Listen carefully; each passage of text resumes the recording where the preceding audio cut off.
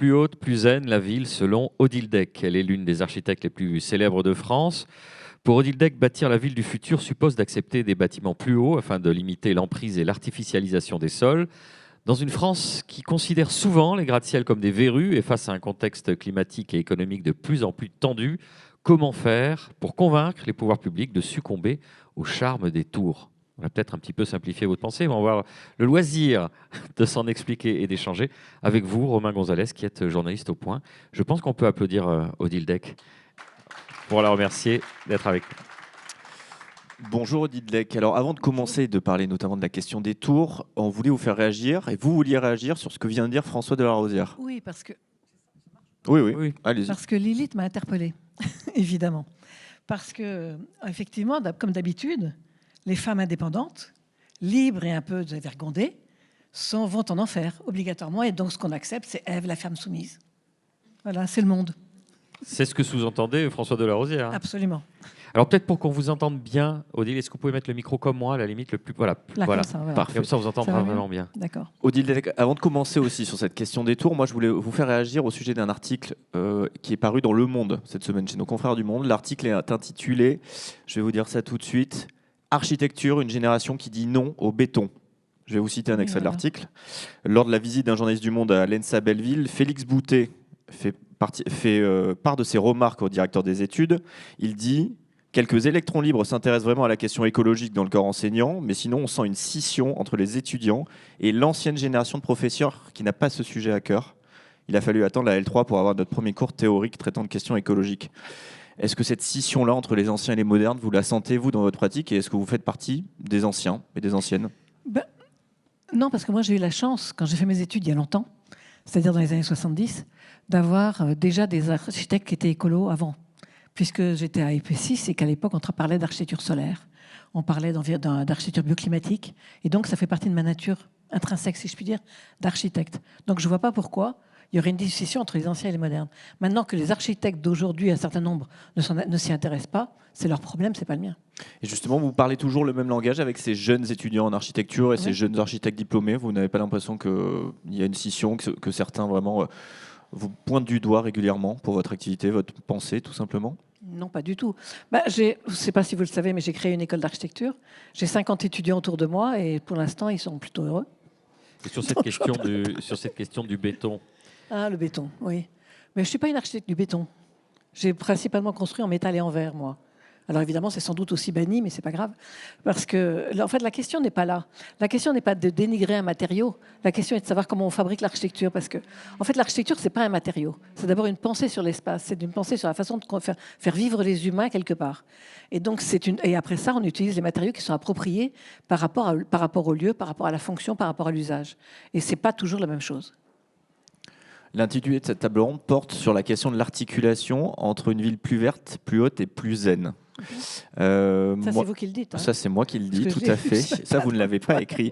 Qu'est-ce que vous en pensez ? Est-ce que vous pensez que cette articulation est possible ? Et j'ai envie de vous dire, est-ce que le quatrième sujet, c'est la densité de la ville ? Est-ce qu'une ville plus dense peut-elle être plus zen ? D'abord, les villes sont de plus en plus denses et il y a de plus en plus de gens qui vivent en ville. On le sait maintenant depuis quelques années que plus de la moitié de la population du monde vit en ville. Parce qu'il y a une attractivité de la vie en ville qui ne s'arrête pas. Même si aujourd'hui on dit qu'il faut partir dans la ville, il faut aller vers la campagne. On a déjà vu ça. On a déjà vu ça il y a longtemps, il y a 30 ans à peu près. Il y a déjà eu un retour vers la campagne, un retour vers les petites villes, etc. Mais en fait, on se rend compte que ce n'est pas forcément la panacée non plus. Mais on peut avoir les deux. On peut avoir la vie dans les petites villes et la vie en ville. Mais dans la vie en ville, ce que les gens y attendent, c'est effectivement une densité, une capacité à accéder à beaucoup de choses à la fois, très vite, et éventuellement à utiliser le vélo s'ils le veulent ou aller à pied. Mais c'est un privilège d'urbain un peu cher, un peu riche. On parle beaucoup de l'adaptation de la ville lors de ce forum, de cette édition. Est-ce que vous, Odile Deck, vous êtes une urbaine ? Est-ce que vous avez constaté une évolution, entre guillemets, de ce que vous attendez de la ville au fil de vos années, au fil de votre vie ? Est-ce que vous attendiez la même chose d'une ville quand vous aviez 20 ans qu'aujourd'hui ? Oui. Ça, je n'ai pas changé. Je crois que je n'ai pas changé par rapport à ça. Parce que moi, je viens d'une petite ville. Et donc, je suis partie vers la grande ville, effectivement, parce que j'aime l'anonymat des grandes villes, j'aime la capacité à trouver très vite, effectivement, comme je disais auparavant, tout ce dont j'ai besoin, à descendre prendre mon café, acheter mon journal, tout très vite, alors que quand on vit dans les petites villes, parfois il faut prendre sa voiture pour y aller, il faut passer du temps, donc c'est consommateur, et c'est pas si évident que ça. Et puis, donc en fait, mais la densité, si je puis dire, enfin, la grande ville, elle a un problème quand même. Parce qu'on a de plus en plus réservé la partie centrale de la grande ville aux gens qui en avaient les moyens, aux magasins qu'on trouve les mêmes partout dans le monde, dans toutes les grandes villes. Donc on n'a plus la diversité de la surprise, de la capacité à découvrir des choses quand on change de ville aujourd'hui dans le monde. Et en même temps, on repousse à l'extérieur et à la périphérie ce dont les gens rêvent, qui est la petite maison sur le jardin, alors qu'en fait c'est un leurre et que c'est un piège. Parce que la petite maison dans le jardin, dans la périphérie de la ville, c'est consommateur. Ça ne vous permet pas d'accéder à beaucoup de choses. Ça ne vous permet pas d'accéder au transport. Ça vous oblige à avoir 2 voitures. Une pour emmener les enfants à l'école, une autre pour aller travailler. Enfin, ça dépend des personnes, ça dépend des couples et des familles. Et tout ça, ça coûte de l'argent. Et donc, on envoie vers la périphérie des gens qui sont de plus en plus, qui pensent vivre un rêve et en même temps commencent à s'appauvrir. Et qui, en s'appauvrissant, ne peuvent plus bénéficier de ce qu'est la ville. Donc c'est un peu bizarre, c'est un peu contradictoire et paradoxal. Justement, vous évoquez cette uniformisation tout de même des grandes villes. Est-ce que vous ne la déplorez pas en tant qu'architecte ? J'ai une citation en tête, elle vaut ce qu'elle vaut. Raphaël Glucksmann disait il y a quelques mois « Je me sens plus proche, en termes de mode de vie, d'habitus, d'un habitant de New York que d'un habitant des Vosges ». Ce qui est au fond extrêmement vrai, il faut le dire. Entre un Parisien et un New-Yorkais, il y a sans doute plus de points communs qu'entre un Parisien et un habitant du fin fond des Vosges. Est-ce que vous, en tant qu'architecte, penseur de la ville, vous ne le déplorez pas tout simplement ? Vous ne dites pas, après tout, qu'on bâtit des villes de plus en plus interchangeables ? Écoutez, j'étais il y a une semaine à New York, je n'ai pas trouvé que c'était interchangeable avec Paris, pas vraiment. Non, pas tout à fait. Au contraire, j'ai eu plaisir à aller marcher le long de la rivière, quelque chose qui est plus compliqué ici à Paris, enfin à Paris, parce qu'on n'est pas ici à Paris. À Paris, et donc on n'a pas... Et on a un encombrement des routes et des rues qui n'est pas la même. On a des vélos qui sont plus respectueux, un tout petit peu, à New York qu'à Paris. Parce qu'on a aussi beaucoup de vélos. Mais les vélos sont moins... Enfin, je me suis sentie moins agressée à New York par les vélos qu'à Paris. Parce que ça, c'est un problème, à Paris, les vélos. Alors, comme disait l'amie chez qui j'habitais là-bas, elle me disait, je vais mourir à New York en me faisant tuer par un vélo. Tellement... Mais en même temps, si elle venait à Paris, c'est encore pire. Moi, quand il y a des jours où je traverse la rue, c'est pas possible. Je me fais rouler sur les pieds. Quand je dis aux vélos qu'il faut respecter les feux rouges, ils m'agressent, ils m'insultent. Enfin, c'est incroyable. Justement, il y a une violence urbaine aujourd'hui qui s'est développée dans nos villes, dans nos centres-villes, qui est invraisemblable. Est-ce que vous pensez justement que la critique de la ville n'est pas compréhensible par cette hostilité-là ? Je vois, moi, pour mon hygiène mentale personnelle, passer une demi-heure dans le métro, ça revient vraiment à passer 40 heures de torture devant un film extrêmement pénible. Est-ce que, selon vous, cette pénibilité de la ville-là, elle ne rend pas la ville parfois extrêmement critiquable, et surtout, ce n'est pas un problème insoluble face à cette densification de la ville ? Il faut rendre le métro plus agréable. D'abord, il faut arrêter qu'ils les sentent mauvais, que la densité soit moins forte et que donc ça soit plus fluide et que ce soit plus agréable et plus joli.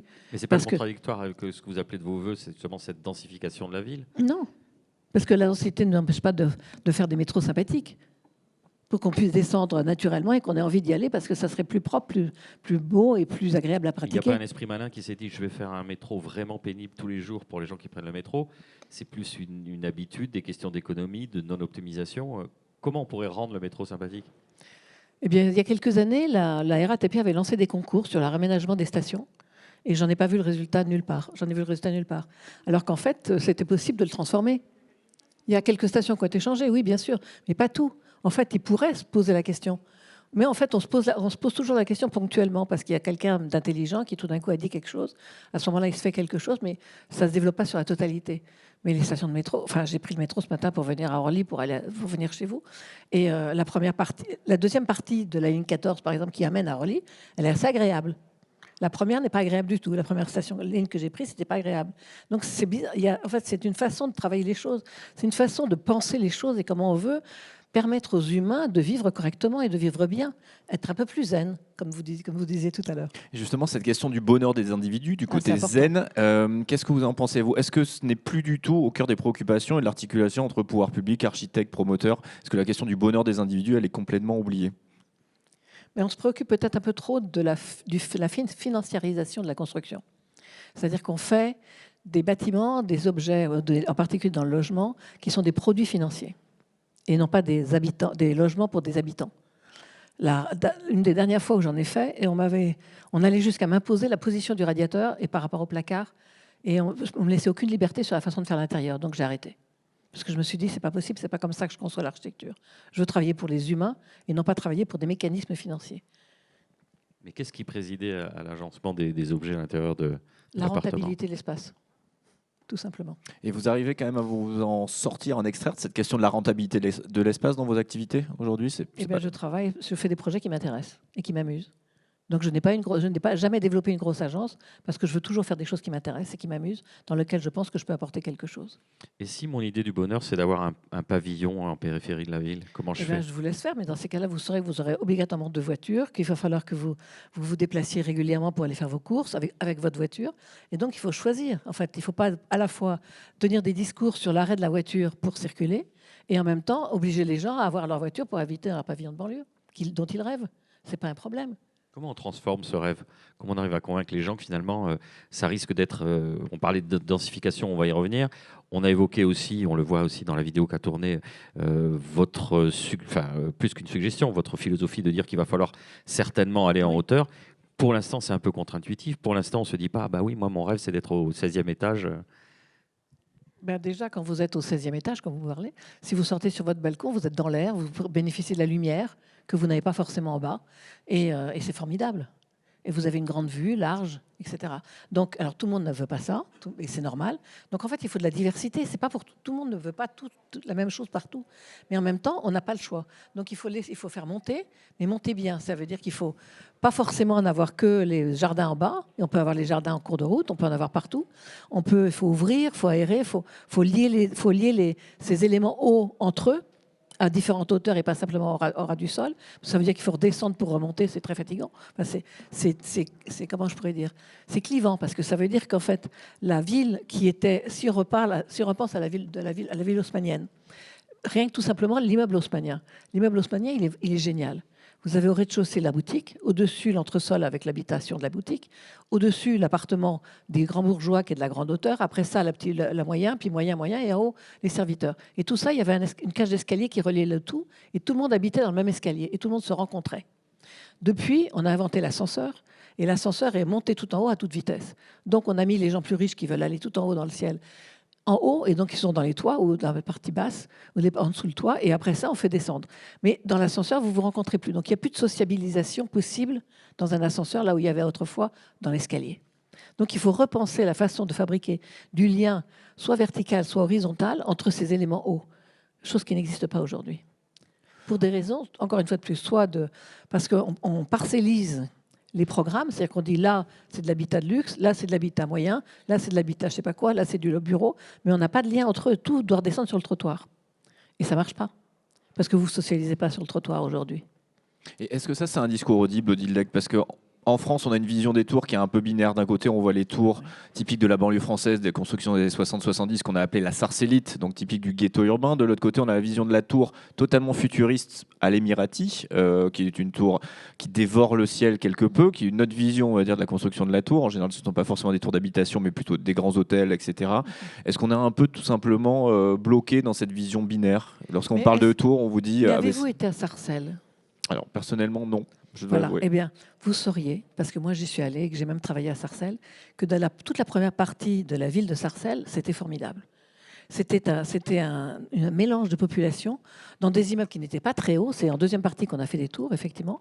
Et on a appelé la Sarcellite. Et on a clivé cette ville, alors qu'en fait, elle avait une qualité de vie avec des jardins, avec des parcs qui étaient magnifiques. Et en fait, depuis, on a dissocié les populations et les différentes catégories de population qui étaient dedans. Mais au départ, c'était formidable, c'était un super sujet. Mais après ça, vous vous opposez à ça, les Émirats. Il ne faut pas exagérer, il y a quand même des mesures intermédiaires, non? On n'est pas tous obligés d'habiter à Dubaï ou en Arabie Saoudite. C'est pour ça que je disais que c'est contre-intuitif et qu'on doit, finalement promouvoir un imaginaire différent. Absolument. Là, on vous donne l'impression d'être un peu rétif parce que spontanément, on se dit oui, bon, la tour, comment on la glamourise, comment on la rend. Oui, mais on a à Paris, enfin en France en particulier, et à Paris, on a eu le phénomène de la tour Montparnasse. Et la tour Montparnasse a fabriqué une espèce de clivage aussi à nouveau, parce que la tour Montparnasse est un objet unique dans la ville et qu'elle est pas très belle. On va le dire, elle n'est pas très bien dessinée. Elle est marron, elle n'est pas très belle. Et aujourd'hui, ils vont la transformer. Je ne sais pas ce que ça va donner, on verra. Et en fait, on n'a pas pensé l'univers autour. On n'a pas pensé la façon dont on allait articuler la ville ou comment elle allait s'articuler sur la ville en dehors de faire une dalle. C'était l'époque des dalles, effectivement, à cette époque-là. Maintenant, il faut tout changer, mais pas seulement la tour, il faut changer l'environnement aussi. Parce que lorsqu'on faisait un projet autrefois, on pensait aussi la ville qui se faisait autour. Alors que là, on fait des objets. Et les objets, ça ne suffit pas. Justement, vous évoquez cette question de la dalle. J'ai en tête un projet pour le réaménagement de la tour Montparnasse et de la dalle alentour avant les Jeux Olympiques d'il y a 6 ans. On avait projeté des images 3D extrêmement rêveuses, quasiment libertaires de cet espace végétalisé. On l'a annoncé pour 2024. Bon, je vais souvent gare Montparnasse. Je ne l'ai toujours pas constaté. Est-ce que vous ne vous dites pas qu'à Paris, on est totalement bloqué dans cette vision de la tour-là et que, par exemple, un projet comme la tour Triangle aussi répète les mêmes erreurs qu'avant, c'est-à-dire une tour mise unique, un peu au milieu de nulle part, unique, sans aucune pensée aux alentours. Absolument. Et est-ce que c'est quelque chose que vous arrivez à défendre? Parce qu'on ne pense pas la ville, on pense l'objet, ce qui est différent. Donc là, pour le coup, la responsabilité est plutôt du côté des pouvoirs publics. Je pense.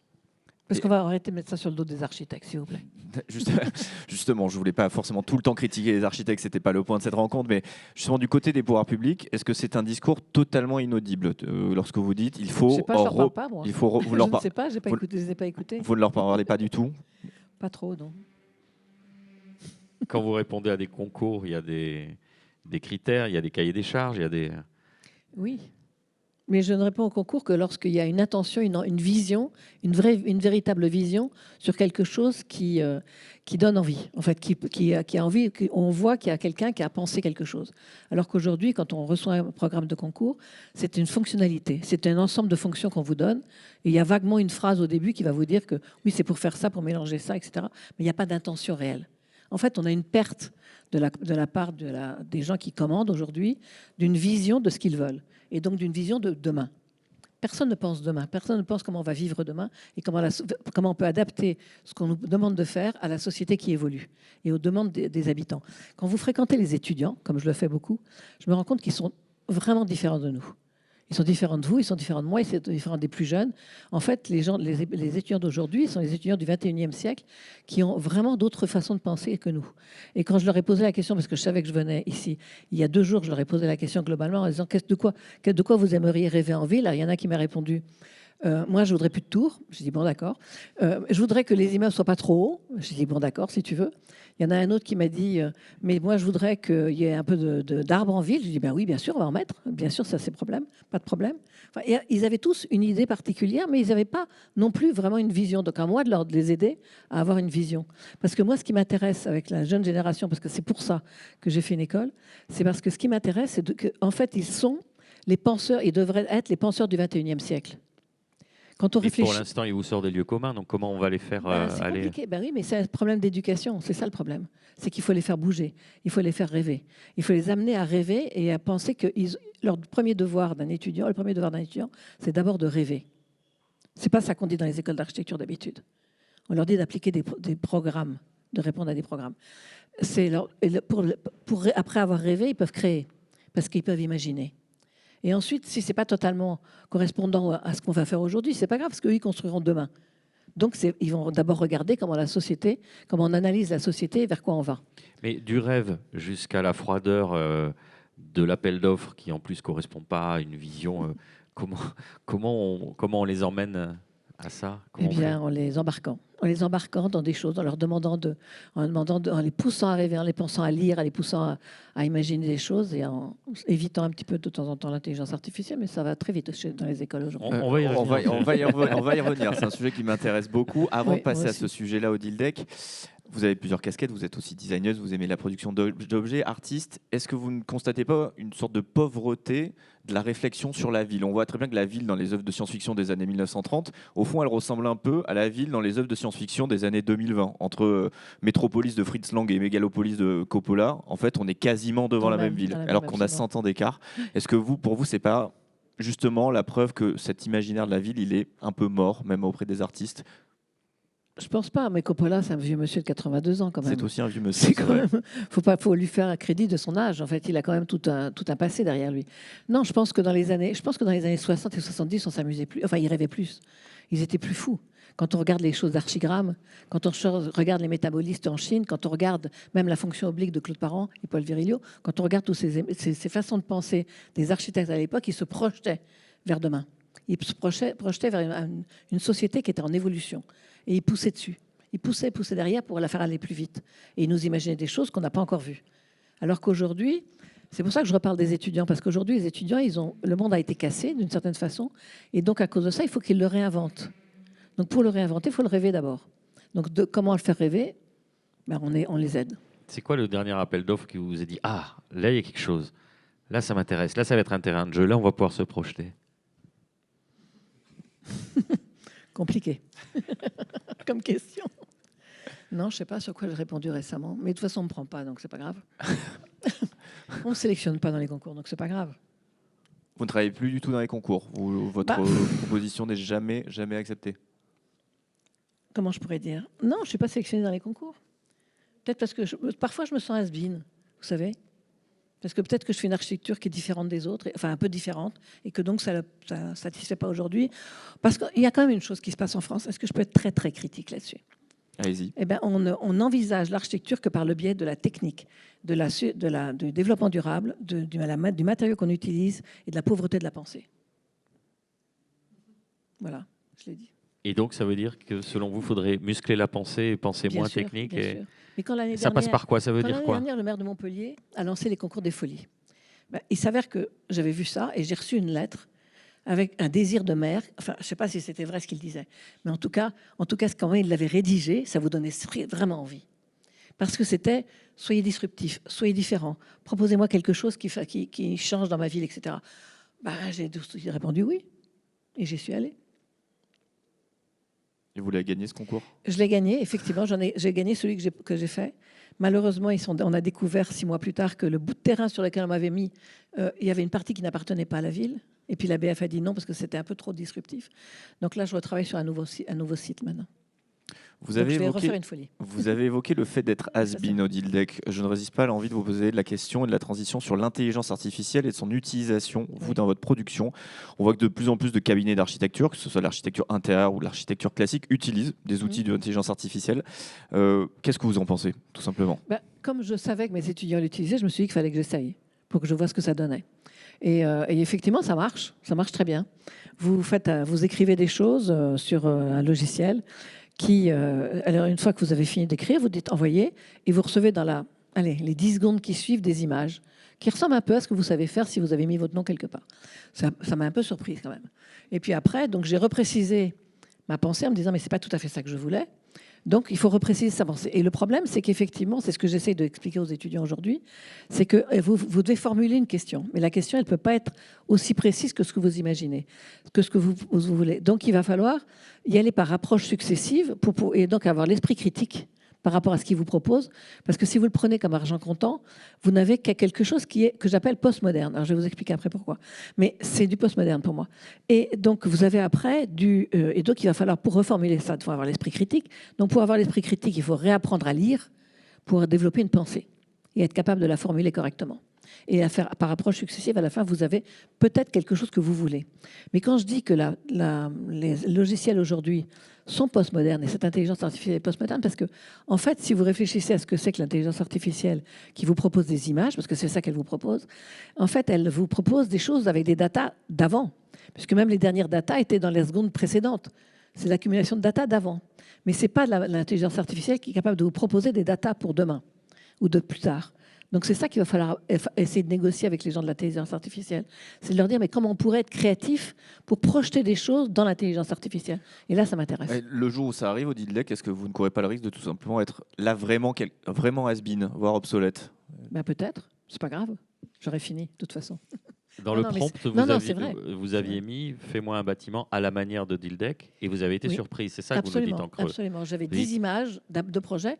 Oui, j'aurais peut-être pu dessiner des choses comme ça. Il y avait des choses stylistiques qui rapprochaient, Oui. qui Oui, rappelaient mais votre film. justement, c'est ça qui me gêne, parce que c'est stylistique, comme vous dites. Et c'est un bon mot. Parce que c'est stylistique, donc c'est que de la forme.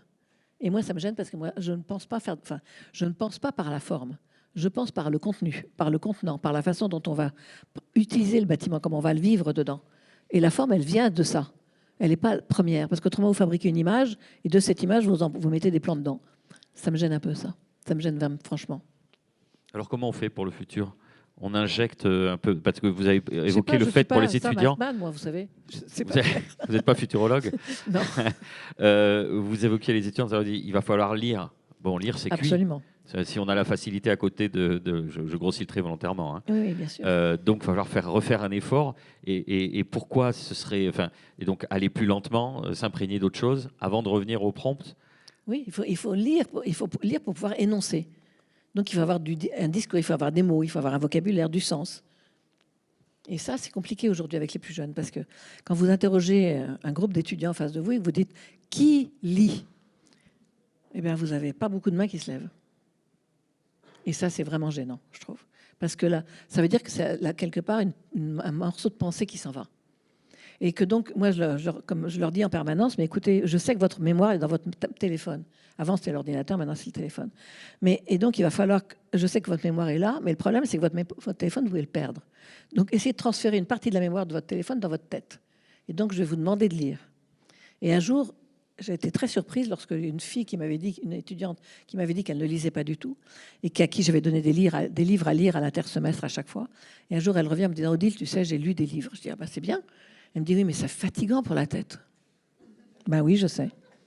Ça fatigue de lire. Par exemple, qu'est-ce que vous lui avez conseillé comme livre Je et sais pourquoi plus, il y c'est a toute important? une liste de livres que Non, mais je par donne. exemple, Oui. vous sentez qu'il y a un angle mort vraiment actuellement dans la formation, de dire bah ça, c'est quand même quelque chose qui vous peut Mais par planter exemple, une petite graine de réflexion. Par exemple, oui, mais il y a plein d'architectes qui autrefois ont écrit des livres sur ce que c'est que l'architecture, comment on peut expliquer l'architecture, mais il faut donner des choses qui sont diverses et qui ne sont pas juste un seul point de vue. Donc il faut diversifier, il faut aussi des livres de philosophie, des livres d'histoire, des livres de sociologie, des livres d'explication de ce que c'est qu'une ville, de comment on vit en ville, enfin, tellement de choses à lire, tellement de choses à découvrir, que c'est passionnant. Odile Dec, dans quelques mois, se tiendra aussi à Nice l'un des grands forums du point qui s'appelle Neuroplanète, qui est l'un de nos grands forums Ah, sur vous les m'accrochez directement dessus. Je vous accroche directement dessus. Vous avez évoqué votre intérêt pour la question des neurosciences Oui, bien avant qu'on sûr. commence cet échange. Est-ce que vous pouvez nous dire comment vous articulez ça avec votre travail d'architecte, si vous le faites? Alors, d'abord, les neurosciences, c'est comment je pourrais dire, c'est la science de la façon dont le cerveau informe l'humain. Et quand la façon dont le cerveau vous aide à fonctionner et vous aide à vivre. Et quand on pense, alors là, j'ai dit ça parce que l'année prochaine, il y a la Biennale d'architecture de Venise et le directeur de la Biennale a donné un thème qui s'appelle l'intelligence. Et l'intelligence, elle est naturelle, artificielle ou collective, a-t-il dit. Et quand on parle, et il ne veut pas mélanger les trois. Moi, je pense qu'il faut mélanger les trois. Et quand il parle de l'intelligence naturelle, il parle obligatoirement du réchauffement climatique, de l'environnement par rapport à ce qu'on connaît, quand on parle de l'environnement de la ville ou de la campagne ou de la terre, mais il ne parle pas de l'humain. Or, c'est l'humain qui est important. C'est l'homme qui est important dans l'environnement, parce que c'est l'homme qui agit sur l'environnement, mais qui est obligé autrement de s'adapter à l'environnement qui est en transformation. Et donc, il faut se préoccuper de l'humain. Et quand vous savez que l'humain, c'est quelque chose de relativement fragile, et même si l'humain s'en sort régulièrement de toutes les catastrophes qu'on lui fait subir, mais en même temps, c'est pas si simple. Et si on veut sauver les hommes sur la Terre, parce que mes étudiants disent aujourd'hui que la Terre va être détruite, donc c'est un peu embêtant. Mais donc ils sont un peu catastrophistes, mes étudiants aussi. Donc, mais si on veut que l'humain puisse réagir et survivre par rapport à tout ça, eh bien, il faut travailler sur son cerveau. Et le cerveau, c'est lui qui va permettre aussi d'envisager la façon dont on va gérer l'espace autour de nous, qu'il soit à petite échelle ou à grande échelle. Et en même temps, alors j'ai fait venir mon frère, qui est neurochirurgien, et qui est venu leur expliquer comment le cerveau fonctionne. C'est formidable. Et ce qu'il a expliqué, la chose la plus grave aujourd'hui qui se passe aujourd'hui dans nos sociétés, c'est le fait que les gens ne marchent plus. Les gens ne bougent plus. Et comme ils ne bougent plus, comme ils ne marchent plus, leur corps dépérit. Mais ils ne le savent pas. Et on a beau à vivre de plus en plus longtemps, le corps ne va pas bien. Et en fait, il faut permettre aux gens, et donc l'architecture est vraiment une source de réparation, si je puis dire, du corps humain, parce qu'il faut permettre que l'architecture fasse bouger les humains. Donc dans votre ville rêvée, Odile Daigle, les êtres humains, ils marchent plus qu'ils ne prennent le métro. Ils devraient marcher, oui. Cette question de la sédentarité des êtres humains, justement, est-ce que C'est ça la vous... question de la sédentarité qui génère l'obésité, donc c'est une épidémiologie. L'architecture fait partie de l'épidémiologie des humains. Mais c'est assez difficile d'articuler la question des tours et aussi de la vie dans des espaces peut-être plus étroits et aussi la question on va dire de la marche. Est-ce qu'on n'a pas tendance à rester de plus en plus chez soi dans des espaces de plus en plus élevés? Parce qu'on se dit après tout la rue c'est loin, on n'a plus du tout de contact avec ses voisins. C'est pour ça que j'ai parlé de circulation et que j'ai parlé pas seulement de descendre et de remonter, qu'il faut travailler les circulations entre les tours aussi. Et donc pour ça il faut repenser un urbanisme en 3D. Ça y est longtemps que j'en parle de ça. Et oui, parce que l'urbanisme, il n'est pas en 2D, il est en 3D. En 3 dimensions, pardon, excusez-moi, pour faire une traduction. On va peut-être prendre quelques questions. Merci Odile Daigle, en tout cas, on vous applaudit. Merci beaucoup pour cette pensée stimulante. On va vous passer un micro, madame. Il est en train d'arriver. Il ne prend pas l'ascenseur parce que les rencontres ne se font pas dans les ascenseurs. Il peut y avoir des rencontres dans les ascenseurs, Odile Daigle. Oui, autrefois, dans les vieux ascenseurs, il y avait des banquettes. Ah, on pouvait s'asseoir, donc il y avait une vie dans l'ascenseur, peut-être. Chose qu'aujourd'hui, on ne fait plus. Madame. Bonjour et merci pour votre intervention. Alors, on parlait des villes méditerranéennes. Moi, je suis de Paris et je ne me reconnais pas du tout, par contre, dans ce que vous dites sur Nice ou le coin. Je ne connais pas Nice non plus. Voilà. Je ne vous ai pas parlé de Nice, moi. Oui, mais les tours, la déambulation, le fait de marcher, c'est quelque chose qui ici, personnellement, j'ai retrouvé que j'avais plus à Paris, ou du moins. Mais ça dépend. C'est pareil, ça dépend où vous habitez. Si vous habitez à proximité des endroits où vous voulez aller, ça marche. Si ça vous habitez loin, et Nice, c'est quand même un territoire relativement grand, étendu. Il y a une espèce de conurbation urbaine ici entre plusieurs villes qui vous fait amener à vivre un peu plus loin aussi, non? Donc vous devez prendre votre voiture. Je viens de la vendre, j'en ai plus besoin. D'accord. Donc on peut vivre sans voiture ici. Et surtout marcher. Marcher. C'est bien. Après, je suis d'accord avec vous, pour avoir vécu dans quelques petites villes américaines, c'est vraiment ça qui m'a manqué, c'est le fait de marcher. Et j'ai adoré revenir en France et pouvoir marcher, même à Paris, en réalité. Après, je me demandais aussi l'influence que pouvaient avoir les bandes dessinées, les livres, enfin, l'espèce de science-fiction qu'il pouvait y avoir il y a 30 ans, peut-être, sur les choix qui ont été pris des architectes pour choisir les couleurs dans une ville. Vous croyez? Non, je me souviens que dans mon adolescence, il y a quelque chose que je remarquais dans les bandes dessinées, c'est ce gris et ce bleu. Comme par hasard, 20-30 ans plus tard, on se retrouve avec des LED, avec une couleur bleue, avec du vert et avec de l'acier. Je ne sais pas. Je me demande s'il n'y a pas un lien comme ça entre des gens qui pouvaient être visionnaires d'une certaine... quand vous dites qu'il y a un manque peut-être d'imagination des architectes, est-ce qu'il n'y aurait pas eu... comme ça, une influence. Je n'ai pas dit que des architectes, je dis des maîtres d'ouvrage, des commanditaires. D'accord, des étudiants en architecture. Justement, j'en profite pour relancer la question de madame. Sur la question de la couleur qu'on n'a pas du tout évoquée, est-ce que pour vous, c'est un sujet? Est-ce que la ville moderne n'est pas terne, tout simplement? Vous avez vu le film Playtime de Jacques Tati? Oui. C'est fascinant. Tout est lisse, tout est mat, tout est lisse, il n'y a pas d'aspérité, il n'y a pas de rugosité. C'est une ville totalement neutre. On n'en est pas là tout à fait quand même. Oui, c'était dans les années 60, donc on n'en est pas encore là. Une autre question peut-être, Boris? Il est formidable ce film. Tout à fait. Moi j'ai une dernière question pour vous, Odile Daigle, avant de conclure. Vous évoquiez le sujet chez France Inter il y a quelques années, la question de la formation des femmes dans les écoles d'architecture. La formation des femmes, non, les femmes. Oui, les femmes, tout à fait. La formation. Vous évoquiez, et je pense que c'est le présentateur qui évoquait le fait qu'elles étaient largement représentées dans les écoles d'architecture, mais assez peu dans les grands cabinets d'architecture, encore moins à la tête de ces grands cabinets d'architecture. Est-ce que c'est toujours le cas? Est-ce que c'est quelque chose que vous déplorez? Est-ce que vos étudiantes sont toujours dans ce cas-là? Oui. Et est-ce que vous travaillez sur cette question-là? J'essaye. Et vous avez des Des petits J'expliquais conseils tout à l'heure à donner mon aux confrère étudiantes. que justement, dans les écoles d'architecture aujourd'hui, dans le monde entier, mais vraiment dans le monde entier, parce que je fais beaucoup de conférences dans beaucoup d'écoles d'architecture dans le monde, il y a plus de 60% des étudiants qui sont des étudiantes. Alors ma première réflexion quand je dis ça, c'est les architectes hommes, ils ont vraiment de la chance parce qu'ils n'ont plus beaucoup de concurrence après, parce qu'ils sont moins nombreux aujourd'hui dans les écoles. Donc après, dans les cabinets d'architectes ou inscrits dans les chambres ou dans les ordres des pays, moins de 30% de femmes. Dans le monde entier, je ne parle pas de la France, je parle du monde entier. C'est des statistiques qui existent et qui sortent tous les ans. Et à la tête de leur cabinet, moins de 10%. Donc voilà la réponse. Et pourquoi? Je ne sais pas. Je déplore ça et j'en parle tout le temps. On terminera sur ce constat doux amer. Merci encore à Odile Deck. Merci et bravo. On se retrouve dans quelques minutes pour parler biocarburant, tout électrique, hydrogène, mobilité du futur avec Jean-Michel Diaz. À tout de suite.